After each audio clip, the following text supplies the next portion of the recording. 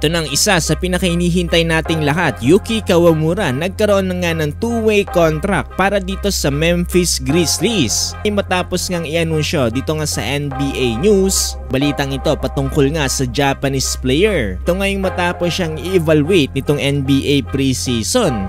Ano-ano nga bang manakapalob sa kanyang kontrata? Tara't pag-usapan natin yan.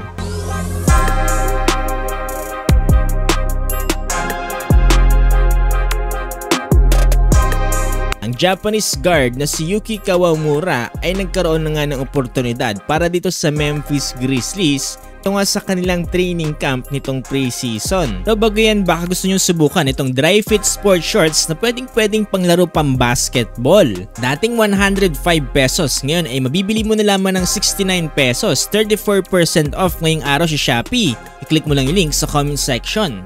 Kaya nga ng lahat ng mga basketball players, itong si Yuki Kawamura, pangarap din daw talaga makapaglaro dito nga sa NBA. Tapos itong nasign nga dito ng Memphis Grizzlies, itong si Kawamura dito nga sa kanilang training camp, nagsimula nitong nakarang September 6, ay merong ni-reveal dito ang Grizzlies dito nga sa mga ilang impormasyon patungkol dito kay Yuki Kawamura. Ayon dito sa Grizzlies PR, itong 5'8 na si Yuki Kawamura has completed the past 5 seasons nitong 2019 to 2014 in the Japanese B-League, kung saan pinangalanan siya nitong 2022 to 2023 bilang most valuable player. Bilang parte ng Yokohama B Corsairs, itong 23 years old ay nakapaglaro lamang ng 56 games para sa Yokohama at nag-average ng 20.9 points, 3 rebounds and 8 assists, 30 minutes of playing time. Ang isa nga sa dahilan kung bakit nagkaroon ng spot itong si Yuki Kawamura para dito sa Memphis Grizzlies ay itong dahil kay Scottie Pippen Jr.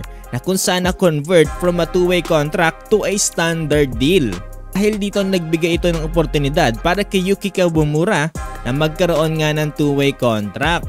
Kumpirmado na yan dito bayan kay Shams Charania dahil ayon nga mismo sa kanya, the Grizzlies are signing Japanese guard Yuki Kawamura to a two-way NBA contract. 5'8" Kawamura averaged 3.4 points, 4.2 assists, and 15 minutes in preseason, leading Grizzlies with 21 total assists, earned a roster spot. Kita naman natin na talagang impressive ang pinakita dito ni Yuki Kawamura dito nga nitong nakarang NBA preseason. Lalong-lalo na sa kanyang playmaking ability throughout the preseason despite na kahit limitadong oras lamang ang binibigay sa kanya. Ngayon ay pwede na siya maglaro ngayon sa G League and the Big Club.